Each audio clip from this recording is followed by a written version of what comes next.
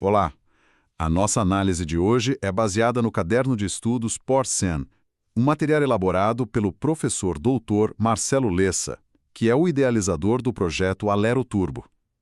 Hoje, o nosso foco é total em semântica, figuras de linguagem e reescritura de frases. Basicamente, a gente vai tentar decodificar o DNA da banca FGV. Exatamente. E é mais do que uma simples revisão, sabe? O que faremos aqui é uma espécie de engenharia reversa do pensamento da banca. O material nos convida a entender não apenas o que cai na prova, mas por que cai, e principalmente como a FGV constrói as suas armadilhas. A missão é transformar aquela teoria que todo mundo estuda em pontos reais na prova da Alero. Perfeito. E, para começar, vamos direto ao ponto. Por que semântica e reescritura são tão cruciais nesse universo dos concursos da FGV? Não é só sobre saber a norma culta e pronto. Essa é a primeira grande sacada. A abordagem que a gente está analisando mostra que a FGV não está apenas medindo o conhecimento de gramática. Ela está testando competências, a habilidade de interpretar o sentido exato das palavras, de reestruturar uma ideia sem corromper a mensagem original. Isso é um filtro. É um filtro para selecionar profissionais que precisam ser precisos e atentos no dia a dia. Pensa num parecer, num ofício, numa lei. Uma palavra errada pode ter consequências enormes. Faz todo sentido. Então não é sobre ser um dicionário ambulante, mas um leitor extremamente atento e preciso. Precisamente. É por isso que a análise se divide nesses 3 pilares que você mencionou. Primeiro, o estudo do sentido puro, a semântica. Depois, a capacidade de entender a linguagem mais conotativa, as figuras de linguagem. E, por fim, a flexibilidade para manipular a estrutura da língua sem perder a lógica, que é a reescritura.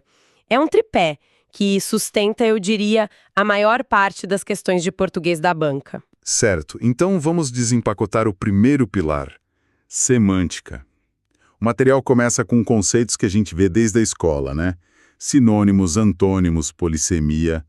Parece básico, mas imagino que a armadilha não esteja aí. Exato! É aí que a FGV brilha. Peguemos a sinonímia. Na escola, a gente aprende que feliz e contente são sinônimos. Fim de papo, né? Para a FGV, isso é só o começo. A banca explora o que a gente chama de registro, a formalidade da palavra. Por exemplo, morrer e falecer são sinônimos, mas você não usaria morrer num documento oficial para comunicar o óbito de uma autoridade. Você usaria falecer. Entendi. Então não basta ter um vocabulário gigante. É preciso ser uma espécie de camaleão da linguagem. Saber que palavra se encaixa em que ambiente. Exatamente. Esse é o pulo do gato. A FGV não está testando se você decorou uma lista de palavras. Ela está testando sua inteligência social e profissional. Ela quer saber se você entende que a palavra perfeita para uma conversa entre amigos pode ser um desastre num relatório oficial. É um teste de adequação, de bom senso, muito mais do que de memorização. Isso muda completamente a forma de estudar. Agora, o material também destaca a homonímia e a paronímia, que é onde a confusão realmente se instala. Os clássicos seção, sessão e sessão são um exemplo perfeito disso. Clássicos e fatais. A abordagem aqui, que eu acho ótima, sugere criar imagens mentais para não cair na armadilha. Sessão, com S, lembra sucessão de tempo, tipo a sessão de cinema, a sessão plenária. Sessão, com C, vem de seccionar, de cortar. É uma parte de um todo, como a seção de roupas ou a seção de finanças de um órgão. E sessão com C inicial e SS vem do verbo ceder. É o ato de transferir algo. Essa dica da imagem mental é ótima. Mas, sendo honesto, na pressão da prova, com o relógio correndo, o cérebro não dá um nó e mistura tudo. Tem alguma outra técnica para fixar isso de vez? Olha, a melhor técnica, além dos mnemônicos, é o uso ativo. Não adianta só ler. Você precisa criar suas próprias frases. Escreva um parágrafo usando as 3 formas corretamente. Faça isso com outros parônimos perigosos, como ratificar, que é confirmar, e retificar, que é corrigir. A FGV conta com a leitura passiva do candidato.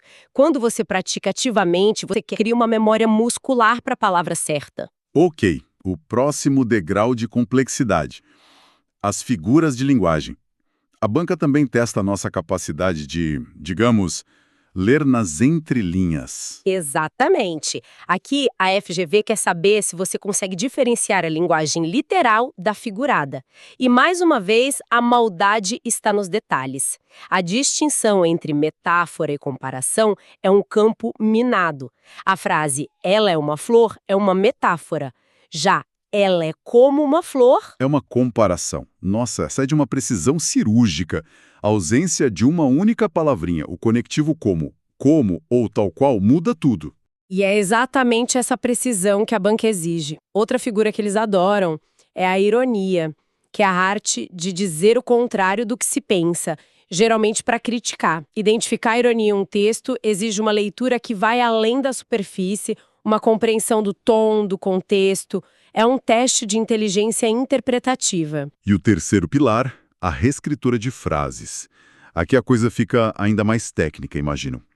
O material lista vários pontos de atenção: vozes verbais, conectivos, ordem dos termos. Qual deles é o preferido da FGV para derrubar o candidato? Ah, sem dúvida alguma, a troca de conectivos. É o campo minado da reescrita.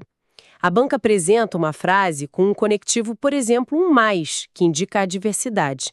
E nas alternativas, ela oferece reescritas com portanto, que é conclusivo, ou porque, que é causal.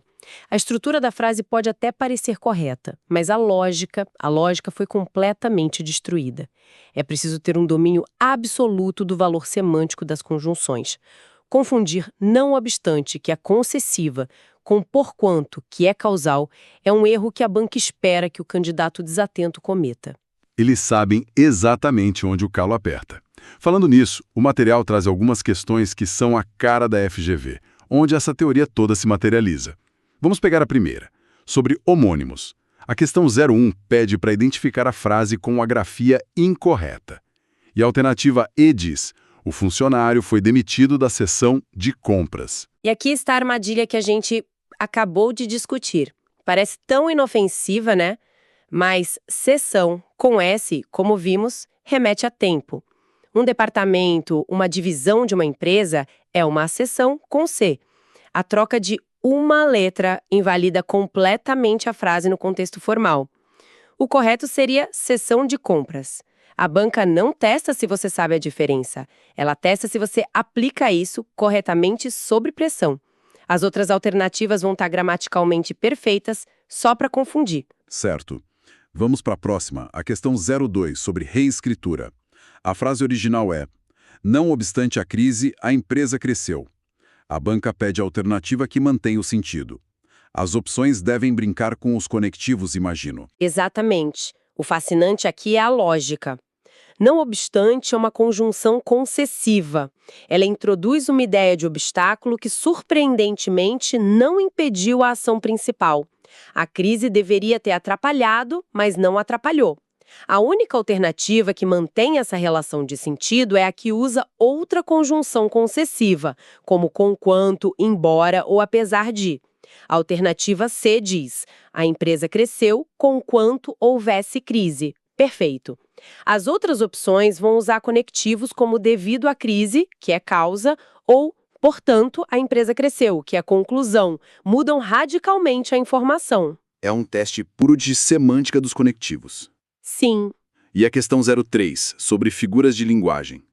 O pavão é um arco-íris de plumas. Metáfora ou comparação? A armadilha do conectivo de novo. Precisamente. A frase faz uma afirmação direta, uma identificação entre pavão e arco-íris de plumas. Não existe o elemento comparativo explícito, o como. Portanto, é uma metáfora pura. Se a frase fosse "o pavão é como um arco-íris de plumas", aí sim teríamos uma comparação. A FGV explora essa linha tênue para separar os candidatos que realmente dominam o conceito. E para fechar essa análise de questões, a número 05, o terror de muita gente, o uso dos porquês.